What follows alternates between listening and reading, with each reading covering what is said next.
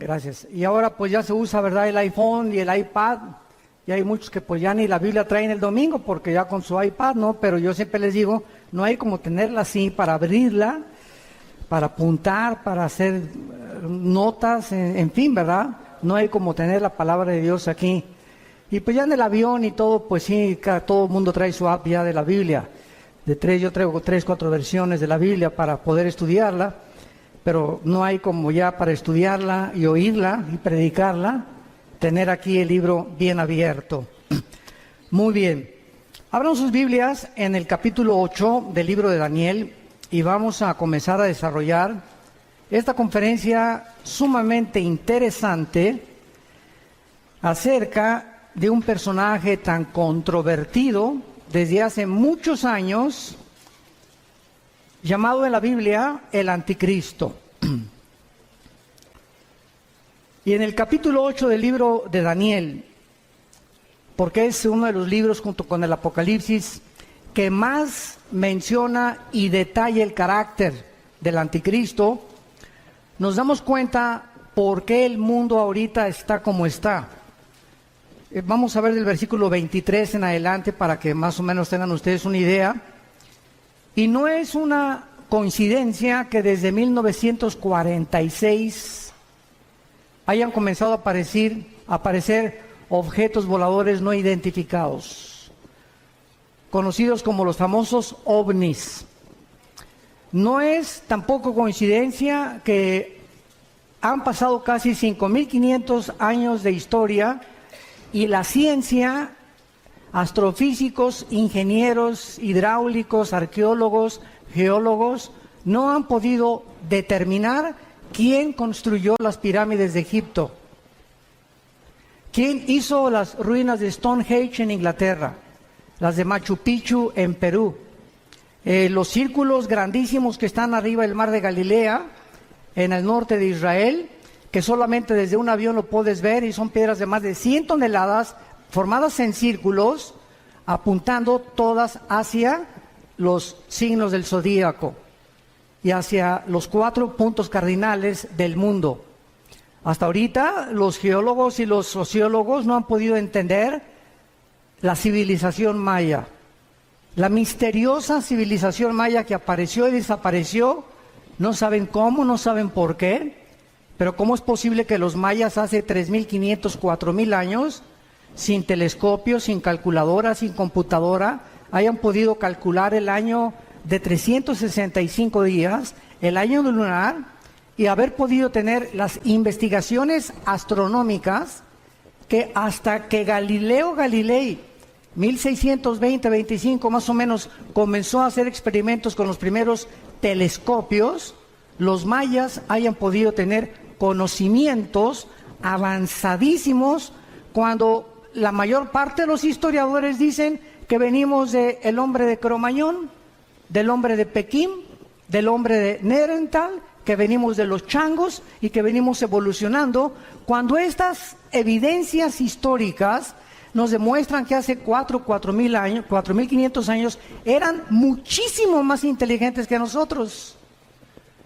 Entonces, o hace 4.000 años o 5.000 años el mundo estaba en la agricultura, ni tractores tenían, y ya estamos hablando de que tenían conocimientos astrofísicos y astronómicos, arquitectónicos, con qué sierras cortaron las piedras de 200 toneladas, cómo los amontonaron en la pirámide de Giza, en el Cairo, en Egipto. ¿Con qué sierras de esmeril pueden haber tenido ese avanzado conocimiento para haber hecho lo que hacen? Y han hecho cientos de experimentos para tratar de imitar o descubrir por qué las hicieron. Y hasta este momento nadie lo ha podido saber. Pero cuando abrimos este libro, nos damos cuenta que mientras más nos acercamos al final de la consumación de la historia humana, más luz el Espíritu Santo nos va a revelar acerca de lo que ya está aquí escrito, pero no lo podíamos entender. Les voy a dar un ejemplo para que puedan ustedes comprender lo que trato de decirles. Hace 2.600 años el libro de Daniel, que es el que vamos a ver ahorita rápidamente, le dice Dios a Daniel en el capítulo 12, versículo 4, en los últimos tiempos el conocimiento aumentará. Pero fíjense lo que le dice Dios a Daniel. Sella, sellar es poner un candado. Sella esta profecía y van a pasar 2600 años y nadie la va a entender. ¿Por qué? Porque es hasta los últimos tiempos. Entonces, todos estos siglos que han pasado, podían venir la gente, y los teólogos y los escatólogos a Daniel y Apocalipsis, y pues no, pues es una confusión tremenda, y yo conozco cantidad de pastores que todavía me dicen que tienen miedo de predicar el Apocalipsis porque todavía no lo entienden y cronológicamente no lo han podido ordenar para poder desarrollarlo y enseñarlo. Esto es increíble. Pero cuando venimos a la Biblia y de veras tenemos la paciencia y la vida, quiero decirles algo, es muy importante para entender la Biblia ser puros sexualmente. Esto es la primerísima condición, la pureza del corazón. Nuestra vida tiene que estar limpia por dentro, nuestra alma, para que el Espíritu Santo no tenga ningún estorbo en revelar a mi mente y yo no tenga imágenes de pornografía, ni estar pensando con otra mujer que no es mi esposa, etcétera, etcétera. El Espíritu Santo es más sensible que una paloma, por eso se le compara con una paloma. Y Él sabe cuando tú ves a una mujer que no es tu esposa, cuando te aprovechas con tu novio o con tu novia, y todas estas cosas molestan a Dios, porque es un Dios santo. Pero eso sí, ¿verdad? Cuando se trata, a ver, explíqueme la predestinación, y explíqueme esto, ¿y por qué no entiendo estas cosas? ¿Y sabes por qué? Por tu vida sucia. Porque cuando comiences a limpiar tu vida y a tomar en serio a Dios, no te imaginas de qué forma se va a ampliar tu capacidad de percepción y de discernimiento espiritual para que entiendas las cosas profundas de Dios. En uno de los salmos dice la Biblia, al pueblo Dios le dio a conocer sus obras, a Moisés sus caminos. Qué tremendo está esto. O sea, el pueblo vio cómo cayó agua en el desierto, cómo cayeron codornices, cómo pudieron ser sostenidos en un desierto sin nada, y lo único que el pueblo quería era ver milagros, milagros, milagros, milagros. Pero durante 40 años el pueblo en el desierto nunca tuvo el conocimiento de los caminos de Dios. ¿Por qué Dios hace lo que hace? Y esta es la razón también por la cual muchos cristianos se desaniman y se frustran. Es que no me ha funcionado el cristianismo y Dios no me ha contestado mis oraciones. Y la raíz de todos los problemas es el pecado. Nuestra vida sucia, nuestra vida que no está limpia delante de Dios, las tranzas, la deshonestidad, la falta de integridad, en todas estas áreas tenemos que tener muchísimo cuidado para que podamos dejar la libertad al Espíritu Santo y Él pueda ampliar nuestro entendimiento. Y en esta generación, como dice Daniel 12, los entendidos entenderán. Y dicen los salmos, ¿verdad? Dichoso el hombre que guarda los mandamientos de Dios, porque entenderá el temor de Dios. Y si tú no quieres seguir a Cristo cargando una cruz, no lo sigas. Y si no quieres negarte a ti mismo, te va a costar más trabajo. El otro día tuvimos un caso, mi esposa y yo, de una pareja, que él va a una iglesia y la esposa va a otra iglesia. Pero la esposa es la directora de la escuela, es la directora de la femenil de la otra iglesia, pero no quiere ir a la otra iglesia de su esposo. Pero es directora de la femenil y ella dice que quiere seguir a Cristo, pero sin una cruz, porque la Biblia dice que la esposa debe seguir al marido. Entonces, ella si es cristiana debe entender algo. Una cruz es seguir a Cristo haciendo sacrificios. Pero hay cantidad de cristianos que quieren seguir a Cristo con la novia fornicando, quieren seguir a Cristo, uno por acá y otro por allá, y dicen que siguen a Cristo. Increíble. Y a Jesús no lo sigues así. Implica sacrificio seguir a Cristo. Tenemos que entender esto y negar nuestros intereses personales. Una mujer de Dios dice, Padre Santo, me gusta mi iglesia, pero mi esposo va a otra iglesia y a menos que no sea una secta, no tienes por qué seguirlo, pero no era una secta, era otra denominación. Entonces me sacrifico y voy con mi esposo y le voy a dar gusto a mi esposo y voy a orar por él, ¿verdad? Señor, pero yo quiero estar en tu voluntad. Y ahí es donde está la bendición. Pero estamos tan equivocados en tantos detalles tan pequeños que queremos seguir diciendo que somos cristianos y tenemos tantas cosas en nuestra vida que están muy lejos todavía del carácter de Jesús. Acuérdense que cuando lleguemos al cielo, Dios nos va a preguntar, pues, ¿cuántas almas ganaste? Bueno, 5 millones de almas. ¿Cuántas iglesias hiciste? Tuve 600, di cobertura, 800 iglesias. Todas estas cosas que hagamos, a Dios, ¿qué le van a sorprender? A Dios, ¿qué le van a poder decir, verdad? Caray, te felicito, mi hijo, al llegar al cielo. Solo una pregunta va a haber para todos nosotros. Una sola pregunta. ¿Cuánto te pareces a Jesús? ¿Cuánto nos parecemos a Jesús? Dios está formando el carácter de Jesús en nosotros. Dice Romanos 8 que estamos siendo conformados a la imagen del Hijo. A Dios no le impacta lo que hagamos, sino lo que somos. Hay misioneros que yo conozco y pastores que tienen, en toda su vida ganaron 4, 5, 6 almas, o tuvieron discípulos como el que nos guió a mi hermano Alejandro y a mí, un misionero norteamericano bautista que nos ganó para Cristo, y ganó solamente a 7 personas. Él oró por 7 discípulos. Vino a México y le dijo, Señor, dame 7 discípulos en México, en la Ciudad de México. Y mi hermano y yo fuimos de los privilegiados de estar con este hombre de Dios. Y él se murió y nada más ganó a 7 discípulos. Y los 7 discípulos somos los 7 cristianos ganadores de almas y estamos en el ministerio de Cristo. Cuando lleguemos al cielo, todo el fruto que podamos nosotros tener va a ser para Él. Pero Él supo lo que es servir a Dios. Entonces no se trata también de tener grandes multitudes y grandes aquí, cosas por acá, porque ahorita es lo que más llama la atención. Ahorita se trata de hacer discípulos. Yo te pregunto a ti que eres cristiano, desde que tú te convertiste, ¿a cuántas almas has ganado para Jesús? Nadie levante la mano. ¿A quiénes les has hablado desde que te convertiste de Jesús? ¿Tienes alguien en tu casa, tu hija, tu hijo, tu primo, tu mamá, a quien estés discipulando? ¿A quien le compartas lo que aprendes los domingos en la iglesia o en los seminarios? ¿O todo para acá, todo para acá, todo para acá y nada para allá? Y lo que Dios nos da es para bendecir. No recibimos nada que guardemos para nosotros. Todo es, Dios me lo da para darlo. Me da conocimiento para alimentar. Me bendice para que yo sea de bendición. Me fortalece para que yo fortalezca. Me anima para que yo anime. Nunca nos quedamos con nada. Porque es cuando comenzamos a vivir para nuestros propios intereses. El anticristo va a ser la personificación de la maldad. La obra de arte de Satanás.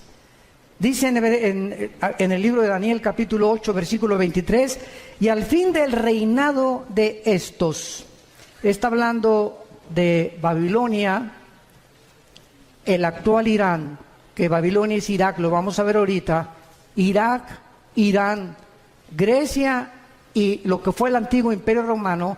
Cuando terminaran estos 4 naciones y desaparecieran del mapa, y volviera otra vez el anticristo a resurgirlas otra vez y a revivir el antiguo imperio romano y el imperio griego para que el anticristo pueda preparar su entrada, dice la Biblia que cuando los transgresores lleguen al colmo, se manifestará un rey altivo de rostro, entendido en enigmas. En otras palabras, Dios no va a levantar al anticristo hasta que la raza humana llegue al colmo. Yo les pregunto, ¿qué es llegar al colmo? La Biblia nos los enseña. Hubo 2 ciudades en la Biblia, en Génesis 18 y 19, Sodoma y Gomorra. Y Dios le dijo a Abraham, oye Abraham, ven para acá. No voy a revelar nada sin que tú no lo sepas. Voy a destruir esas 2 ciudades. ¿Pero por qué? Le dice a Abraham. Porque no hay justos en las ciudades. No los voy a destruir por la depravación sexual que hay, sino porque no hay justos suficientes para que yo no las destruya. ¡Qué tremenda lección de Dios! Y pues ya saben todos, ¿verdad?, que Abraham le dijo a Dios, oye, si hay 50 justos, la perdono. 40, la perdono. No encontraron más que uno solo, Lot. Porque hasta la esposa se quedó convertida de sal. Entonces vemos que Dios actúa cuando llegan al colmo las maldades y cuando los buenos ya no hacen nada. Dice el dicho que los malos duran hasta que los buenos no hacen nada. Entonces vivimos una época, como les decía en la mañana del desayuno, donde estamos acostumbrándonos a que sea normal la inmoralidad que nos rodea. Las revistas, vas al dentista y revistas de pornografía. En la mañana Vidito y Capulina también ya, quién sabe, con chavas arriba de sus rodillas. En las telenovelas ya es un asco, ¿verdad? Todas las cosas que pasan en las películas. Ya es impresionante por todos lados las espectaculares, ya de descarados. Tú vas ahorita, por ejemplo, a Toronto, Canadá, y hay una mujer desnuda de casi 50 metros de altura, el espectacular. Vas a Alemania y en los trenes hay puras fotos pornográficas en los trenes, en los metros de Alemania. En Holanda ni se diga.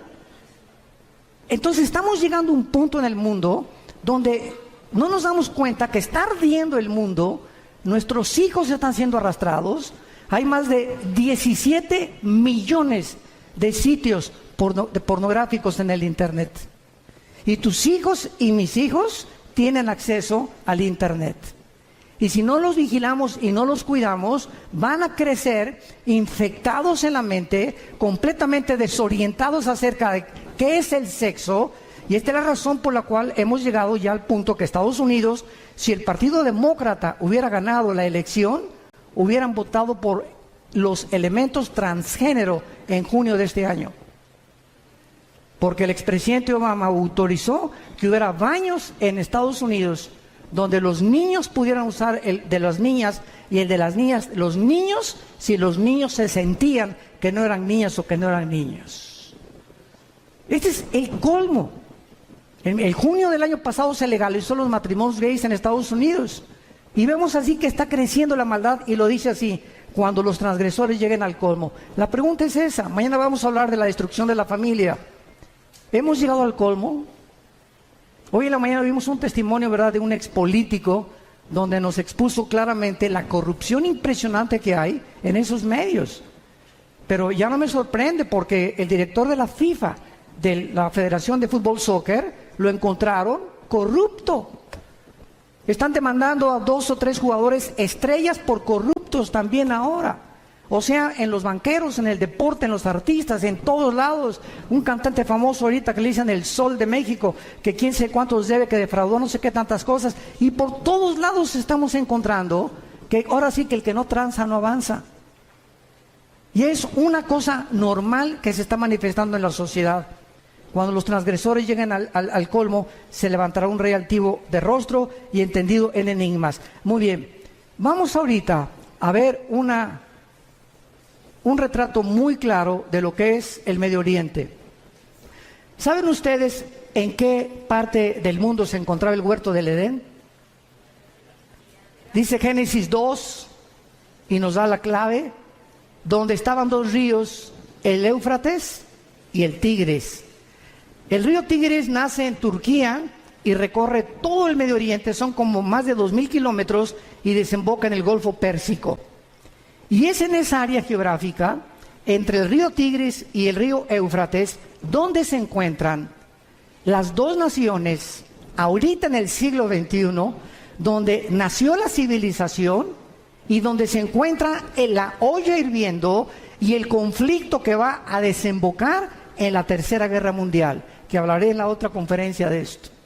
En esta zona entre Irak, que en la Biblia aparece con el nombre de la tierra de Sinar, la tierra de los caldeos o Babilonia, y Siria, que aparece como Asiria, vemos que antes la Mesopotamia, o la división entre 2 ríos, que es lo que significa la palabra Mesopotamia, estaban Irak y Siria unidas, no estaban separadas. Líbano, Jordania, Irak, Egipto, hasta 1930, cuando sacaron los ingleses a los otomanos turcos, que gobernaron casi 500 años el Medio Oriente. Los ingleses lo sacaron, y cuando los ingleses repartieron el Medio Oriente y le dijeron a los judíos: ustedes en ese pedacito, ustedes en Saudi Arabia, ustedes aquí, ustedes allá, Francia e Inglaterra repartieron casi todo el Medio Oriente, y se formó el Medio Oriente tal como lo encontramos nosotros. Y si el Medio Oriente no se hubiera repartido en la forma en la que se encuentra, estas profecías no se hubieran cumplido. Entonces, es increíble cómo la providencia divina en la historia se va manifestando los caminos de Dios, y cuando estamos atentos a lo que la Biblia dice, descubrimos que nos encontramos verdaderamente, como lo vamos a demostrar, en la última generación. Hemos llegado al final de la historia humana, damas y caballeros. Prepárate para encontrarte con tu Dios, porque se viene sobre el mundo como tú no te imaginas. Así las cosas, así se van a venir. Y dichosos y felices aquellos que no están en glotonería, ni en los placeres de la vida, ¿verdad? Y que han tomado en serio a Dios, que se han santificado, que se han limpiados, porque de ellos es el reino de los cielos. Entonces, la zona de Irak fue donde el huerto del Edén estuvo. Génesis 2, del 2 al 10. Fue en Irak donde se encontraba Satanás cuando Dios puso el huerto del Edén. ¿Y de qué tamaño creen ustedes que es el huerto del Edén? ¿Se han preguntado? Tendría 10 kilómetros cuadrados, 1 hectárea, 4,000 metros cuadrados. ¿Qué tan grande es el huerto del Edén? Bueno, el huerto del Edén no era más que una pequeña zona geográfica en el Medio Oriente, lo que es ahorita Irak y Siria, y la demás parte de la tierra estaba despoblada. Pero ya los ángeles caídos estaban en el planeta Tierra, junto con Satanás, cuando Dios colocó a la primer pareja en el huerto del Edén. Y cuando Dios crea a Adán y Eva, las flores no tenían espinas, los leones no mordían, no había veneno en los alacranes, ni tampoco en las víboras, no había tormentas, no había tsunamis, no había nada de lo que nosotros estamos experimentando siglos después. Cuando Adán y Eva peca, esto es muy importante, cuando Adán y Eva peca, Dios había asociado la creación a ellos. Si ellos permanecían en comunión con Dios, Dios bendecía la creación. Pero si ellos pecaban, escuchen esto, cuando pecaron, su genoma fue alterado. No sé cuántos sepan lo que es el genoma. Fue el proyecto con el cual terminó el siglo XX el presidente Clinton y el doctor Collins, que es la investigación del ADN o del ácido desoxirribonucleico que se encuentra en cada una de las células. Y en los millones de células que tenemos un software, para que me entiendan, en el siglo XXI, tenemos un software, tenemos un código genético de información inteligente. Y en cada célula de mi cuerpo se encuentra toda la información de cómo soy, de cómo eres. Tu tamaño de estatura, tu pelo, tus ojos. Venimos heredando desde Adán. Los hombres el cromosoma Y, que las mujeres no lo tienen. Las mujeres tienen cromosoma XX, nosotros tenemos cromosomas XY. Y esta es la razón por la cual hasta 1860, cuando Gregorio Mendel descubre las leyes de la herencia, que entiende por qué José no podía meterse con María para que naciera el Hijo de Dios. Pasaron 2000 años. ¿Por qué José no tuvo relaciones con María para que naciera Cristo como tú y como yo? Pero se descubren las leyes de la herencia. 1954 el doctor Crick y el doctor Watson descubren la hélice del ADN. El siglo XX termina con el descubrimiento más grande científico de la historia, el proyecto del genoma humano, donde dice el presidente Clinton en la Casa Blanca, hemos entrado por primera vez a descubrir el libro de la vida. Y desde que el hombre comienza a introducirse en el ADN y a investigar el ADN, que es lo que determina nuestra genética de cada uno de nosotros, descubre la mayor parte de los científicos ateos que era imposible que viniéramos de Chita. Que la mentira y el fraude intelectual más grande del siglo XX, darwiniano, como decía el ministro de propaganda de Adolfo Hitler, Joseph Goebbels, cuando una mentira se predica 10 años, 100 años, se acaba aceptando como una verdad. Entonces comienza el siglo XXI y cantidad de científicos ahorita ateos, que estamos viéndolos en internet, se están convirtiendo porque el ADN niega que el ADN de un mamut sea igual al de un camello o al de un rinoceronte, o el ADN del chango sea igual al del águila, o el del águila sea igual al del halcón. Y cada uno de nosotros tenemos en cada especie, porque hay 4 especies: la especie humana, la especie animal, la especie de las aves y la especie de los peces.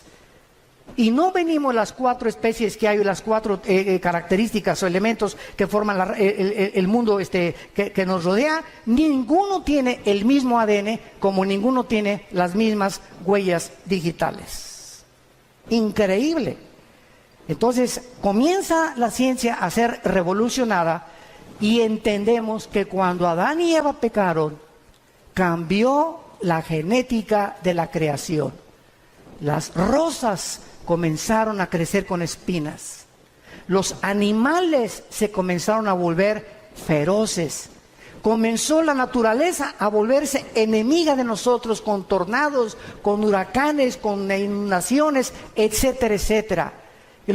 Comenzaron a propagarse todo lo que se llama la propaganda bacteriológica, los virus, los microbios que comenzaron a atacarnos, se volvieron nuestros enemigos, y todo debido al pecado humano.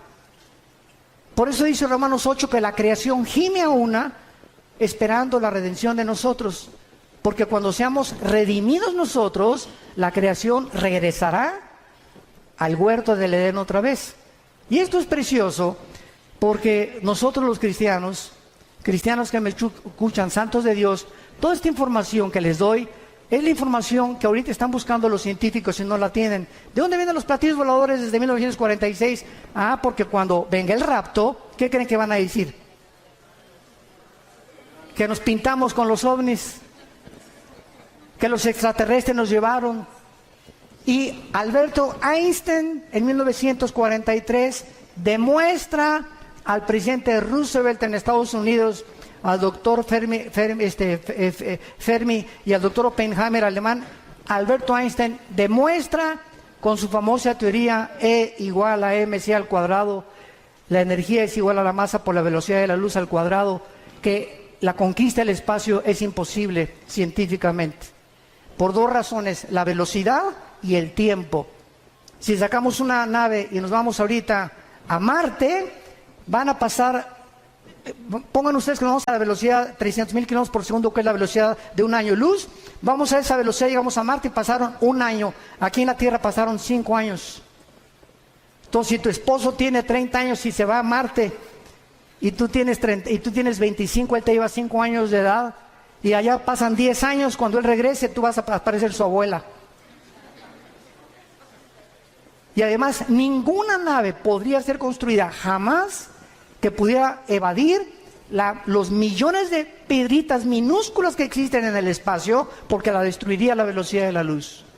Así que todas esas yo le llamo marihuanadas, de que la guerra de las galaxias y por aquí, por allá, etcétera, etcétera, son los pininos y la imaginación, porque, ¿verdad? Julio Verne, Walt Disney, no se puede detener la imaginación humana.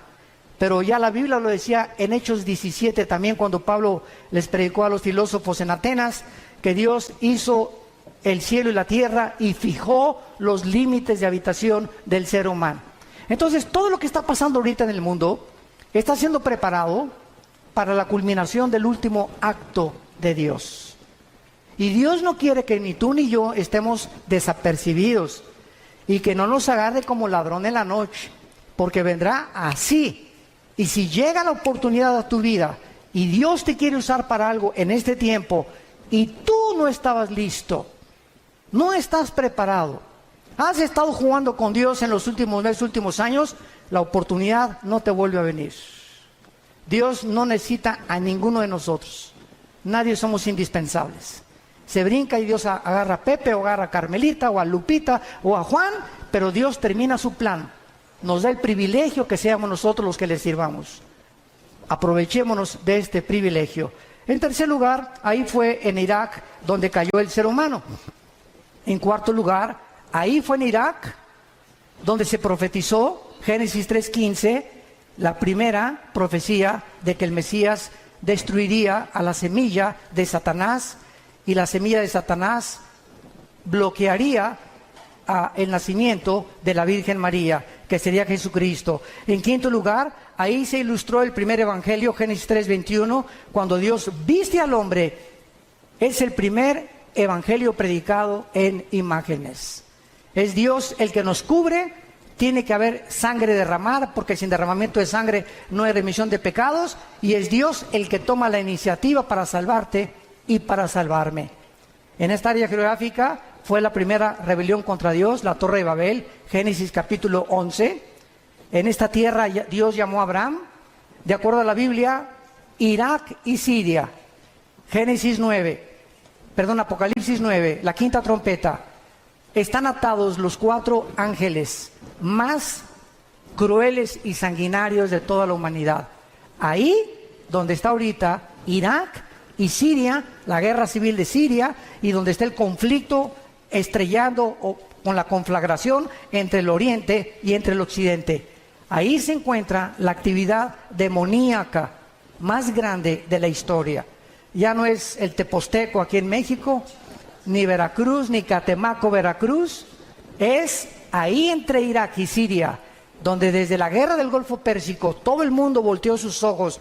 Antes de la guerra del Golfo Pérsico, 1990-91, yo le pregunté a un grupo de estudiantes que si sabían dónde estaba Irak. ¿Saben qué me contestaron? Que qué clase de medicina era esa. Que si era un nombre de una medicina. O sea, eran zonas que ni siquiera consideraban, ni siquiera yo les dije en un mapa, pon un dedo, dime dónde está Irak. No lo podían localizar ningún estudiante de tercer grado de teología. Me reservo el nombre del seminario. Pero era increíble. Y desde el 90 hasta nuestros días, pues ya todo el mundo sabemos, ¿verdad? Que Irak, ¿verdad?, está junto a Israel, junto a Jordania, ¿verdad?, junto a Siria, etcétera, etcétera. Pero es el área donde ahorita la atención mundial se ha concentrado. Y el punto al que quiero llegar es el siguiente. De esta zona geográfica, entre Irak y entre Siria, saldrá el anticristo. Ahorita regresamos a Daniel, vayamos a Génesis 49. Y vamos a ver con mucho detenimiento lo que en los últimos años se han tratado de especular acerca del origen del anticristo. Lo único que sabemos, o que se sabía, sin haber profundizado la Biblia, hasta hace, me acuerdo yo, 25 años, yo desde que me convertí, no sé cuántos de ustedes sepan, ¿verdad?, pero el primer mensaje que yo prediqué en mi vida, hace 40 años, fue sobre la tribulación. O sea, desde que comencé a predicar, Dios me trajo a la profecía y a la apologética, que es la defensa de la fe. Son las dos áreas de ramas de la teología donde me he especializado más, en la profecía y en la defensa de la fe, la apologética. Y desde que comencé a estudiar la Biblia, pues fue algo, ¿verdad?, que yo sentí que era un llamado que Dios me daba para profundizarme en la profecía. Y a través de todos estos años, pues me metí, yo he predicado 3 veces todo el libro de Apocalipsis, versículo por versículo. Lo pueden conseguir, son 100 conferencias, versículo por versículo, los 22 capítulos. Pero lo he predicado 3 veces, pero lo he grabado 3 veces, pero lo he predicado como 6 o 7 veces en toda mi vida que llevo de cristiano. Y cada vez que lo predico encuentro algo diferente. Y cada vez que predico tengo más luz. Y cada vez que predico, a la luz de los descubrimientos científicos que están sucediendo en el mundo, como lo de la genética, como el proyecto Genoma Humano, etcétera, etcétera, entiendo más por qué hace 2000 años el apóstol Juan en Apocalipsis dijo que el anticristo marcaría con el 666 a la humanidad. ¿Cómo podría ser posible si no se hubieran inventado las computadoras?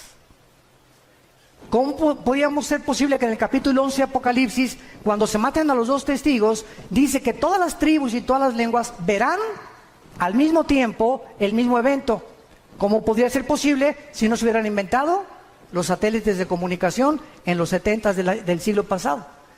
Entonces, todo va cobrando sentido conforme la ciencia va aumentando y nosotros decimos, ¿verdad?, la Biblia tenía razón. Hasta que se descubre la genética, se entiende por qué María no podía tener relaciones con José. Porque si José se hubiera metido con María, el esperma Y, el cromosoma Y del varón, viene infectado desde Adán, porque nosotros transmitimos el pecado. La mujer es la receptora, nosotros traemos la semilla a los varones. Si José se mete con María, Cristo nace como naciste tú y como nací yo, en pecado. No hubiera podido pagar por nosotros. Tenía que nacer con un cromosoma que fuera el Espíritu Santo el que fertilizara el óvulo o las dos X de los cromosomas de María, para que Dios pusiera el cromosoma Y de una forma divina y el Hijo de Dios naciera hombre y naciera Dios también. Todas estas cosas las comenzamos a comprender gracias a los descubrimientos de la ciencia. Y cuando la ciencia descubre algo, la ciencia dice, la Biblia se nos adelantó. Y la Biblia es más moderna que el periódico Mañana en la Mañana. Todo lo que estamos viendo ahorita, ya la Biblia lo decía, pero pues los cristianos siguen con Ricas y Famosas, el Calimán, las telenovelas, peleándose, viviendo en pecado, queriendo saber cosas y teología, y me quiero ser pastor, o quiero ser misionero, o por qué no bendice Dios mi hogar, por qué no tengo dinero, por qué no prospero, etcétera, etcétera, simplemente porque hay una sola condición. La bendición para la bendición es la obediencia. No hay más, así de sencillo. Tú obedece este libro y obedece lo que Dios te dice, no te imaginas, no tienes la menor idea de cómo Dios te va a bendecir. En Génesis 49, dice el versículo 16 y 17 una profecía que hizo Jacob antes de morir. Dan juzgará a su pueblo. Dan era una tribu, como una de las tribus de Israel. Será Dan serpiente junto al camino, víbora junto a la senda, que muerde los talones del caballo y hace caer hacia atrás al jinete. Muy bien, de acuerdo a esta profecía, hace 25 años, yo estuve de acuerdo también. Y de acuerdo a Daniel 11, 35 y 36, que dice que el anticristo del amor de sus padres no hará caso. Y de muchas otras que parecen que el anticristo sería judío. Resulta que comenzamos a escarbar más la Biblia. Como vayamos ahora a Isaías capítulo 10, rápidamente, Isaías 10. Y comienzan a surgir la otra línea de comprensión de que al anticristo se le llama más de 10 veces en el Antiguo Testamento el asirio. El asirio, o sea, de la región geográfica donde se encuentra ahorita ISIS, el grupo terrorista radical islámico, ISIS. Dice así en Isaías capítulo 10, versículo 5, oh Asiria, vara y bácula de furor en tu mano he puesto mi ira. Le mandaré contra una nación pérfida y sobre el pueblo de mi ira, o sea, Israel, para que quite despojos, arrebete presa, Versículo 12, ojo, pero acontecerá que después que el Señor haya acabado su obra en el monte de Sión y en Jerusalén, ¿ya la acabó? Todos estamos de acuerdo, ¿verdad? Dios no ha terminado con Israel, no ha acabado su obra con ellos. Después que Dios acabe su obra, castigará el fruto de la soberbia del corazón del rey de Asiria y la gloria y la altivez de sus ojos. Y así ya no me da tiempo de ver todos los versículos, como en Miqueas 5, del 2 al 6, donde también se menciona al asirio viniendo contra Jerusalén en los últimos tiempos. Y entonces hay esto cuando estudiamos teología. Por un lado, hay profecías que ponemos en la balanza, que parece que el anticristo iba a ser judío. Y ponemos en la balanza otros versículos que nos amuestran que el anticristo viene definitivamente de Asiria, de donde se encuentra ahorita ISIS.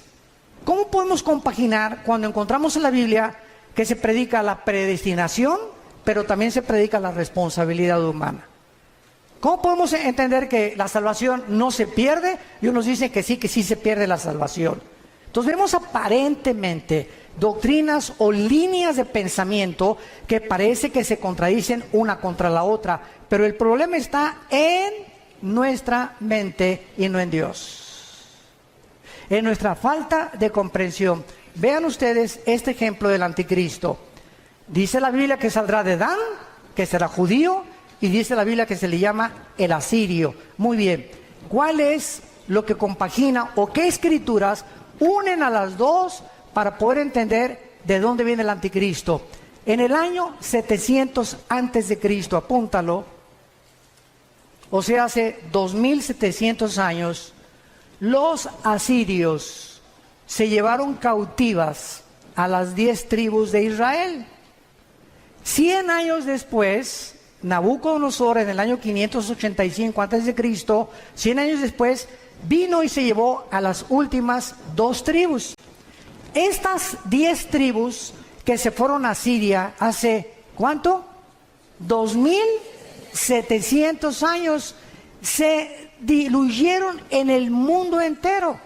Y ahorita los judíos no saben quiénes son. Hay judíos mexicanos que a lo mejor tú eres y no lo sabes. Hay negritos, hay costarricenses, hay italianos, hay brasileños, hay españoles, hay ingleses. Están revueltos en el mundo los judíos. Y ahorita solamente hay los que creen que vienen de Leví, de la tribu de Leví, y los de Cojén, que son los sacerdotes. Pero de las 10 tribus desaparecidas es el misterio que solo Dios sabe, que los va a levantar 12,000 de cada tribu en Apocalipsis 7. Entonces, ¿cuál es la respuesta? Que el anticristo puede ser judío y al mismo tiempo ser asirio.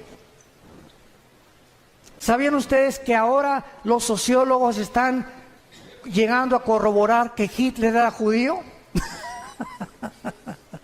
Que tenía raíces judías tu paisano.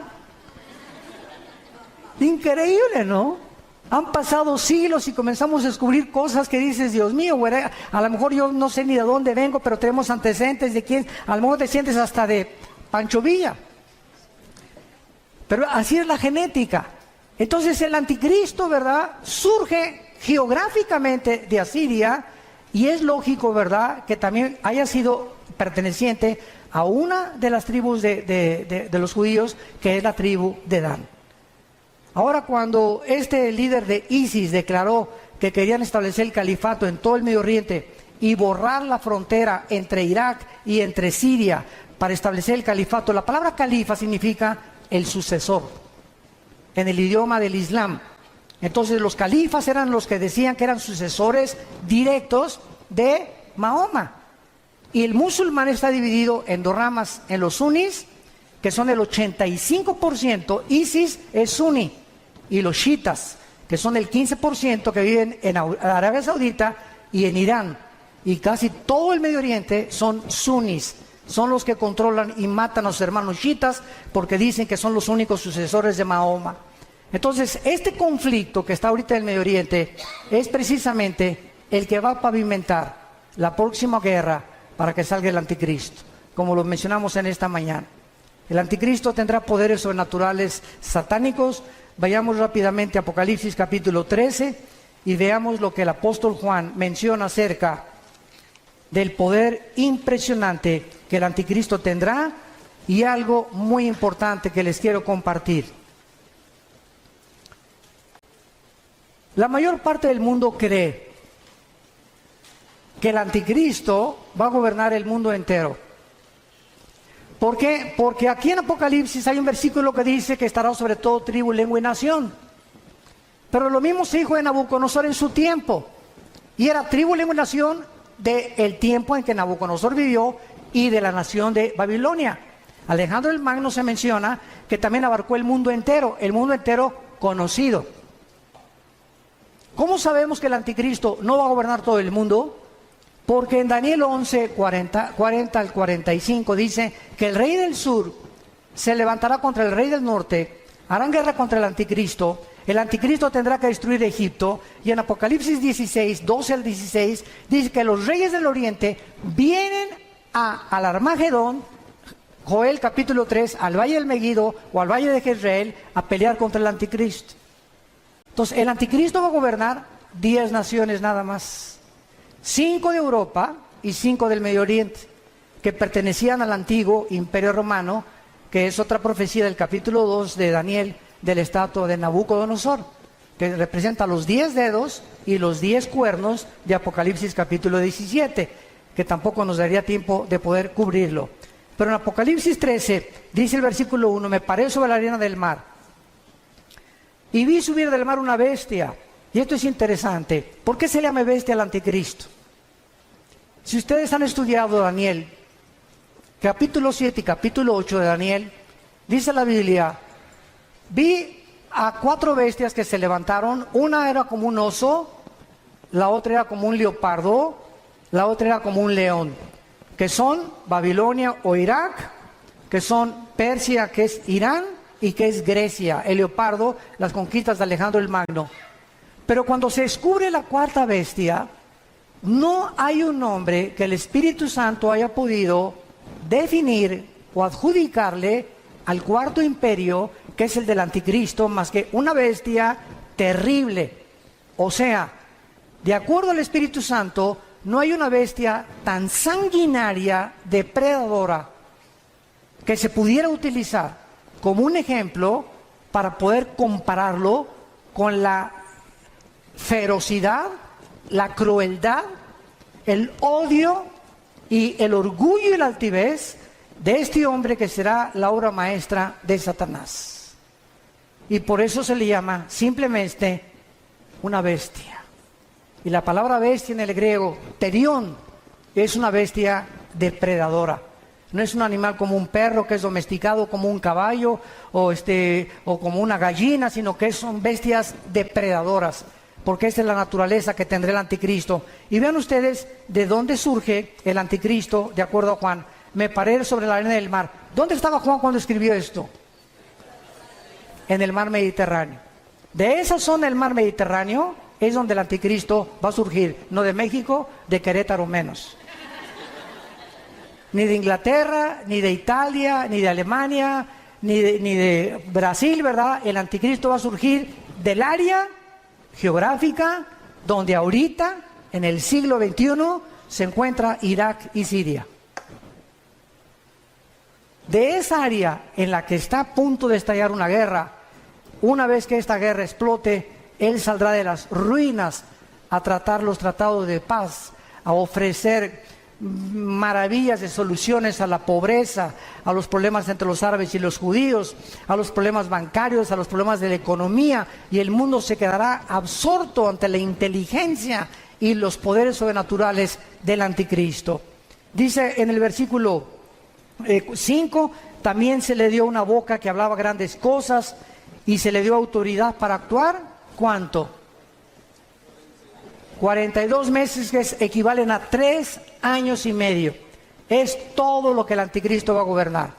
Los primeros 3 años y medio de la tribulación será para consolidar su reino y su imperio, y los últimos 3 años y medio será para poder pelear y tratar a través de la fuerza y de la violencia y de comprar y de corromper a muchos reyes y gobernantes del mundo su imperio, y tratar de gobernar el petróleo en el Medio Oriente, porque debajo de Irak, de Arabia Saudita y de Irán se encuentra el 65% de las reservas petroleras del mundo entero. No nos extrañe por qué el Armagedón, que es lo que vamos a hablar después de esta conferencia, la Tercera Guerra Mundial, ahí se van a juntar, porque ahí es donde está el petróleo y es el oro negro, y el que controla eso va a controlar el mundo entero también. Y dice en el versículo 17 de Apocalipsis 17, y que ninguno pudiera comprar ni vender, sino el que tuviera la marca o el número de la bestia o el número de su nombre. Aquí hay sabiduría. El que tiene entendimiento, cuente el número de la bestia, pues es número de hombre y su número es 666. ¿Saben ustedes qué es la gematría? Apúntalo, gematría.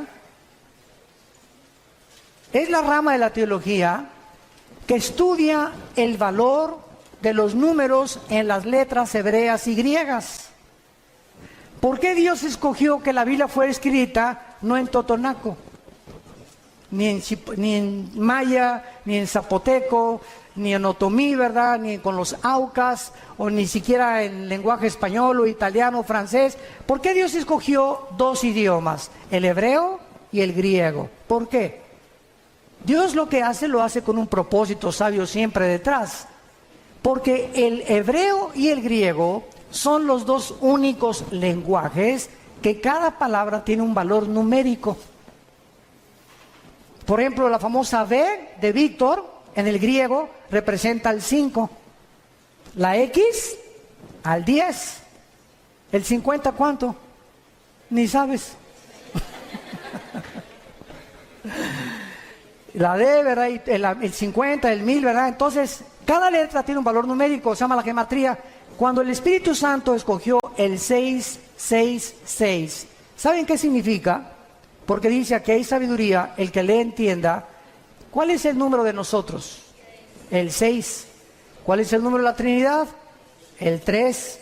6, 6, 6 es el hombre elevado a Dios, elevado a la deidad, que es el sueño que Satanás le dijo a la mujer: serás como Dios.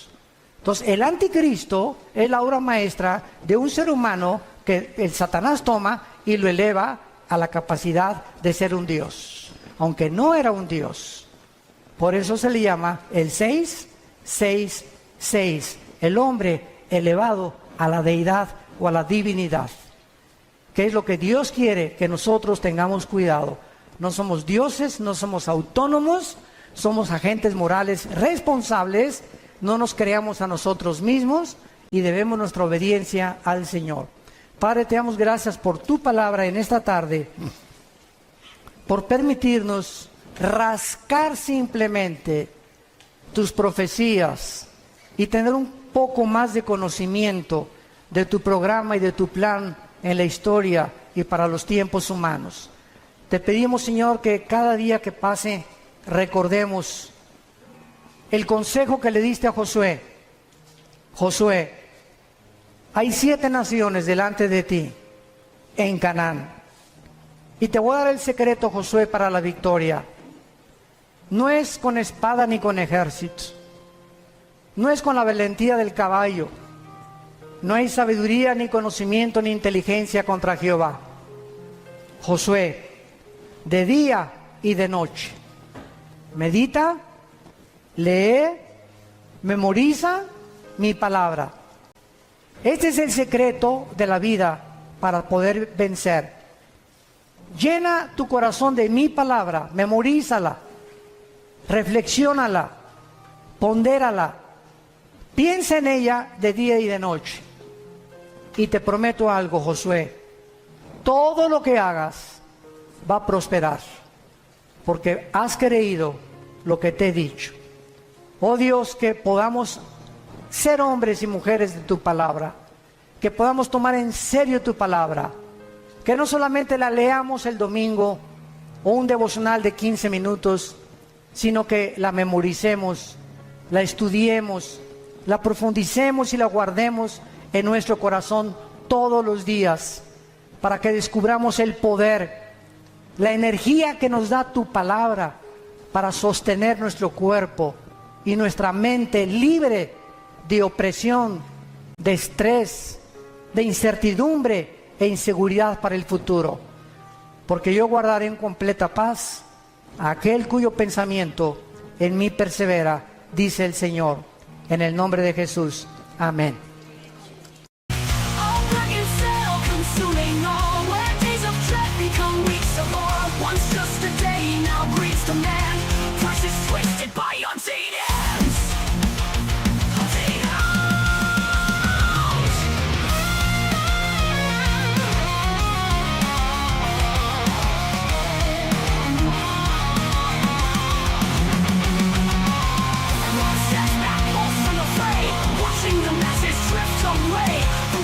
One and what is lost when peace awaits at no such cost. Oh, Shadow blackened sail consuming all, where hollow deals and spirits fall. The siren call, the crowded floor, lost souls instead for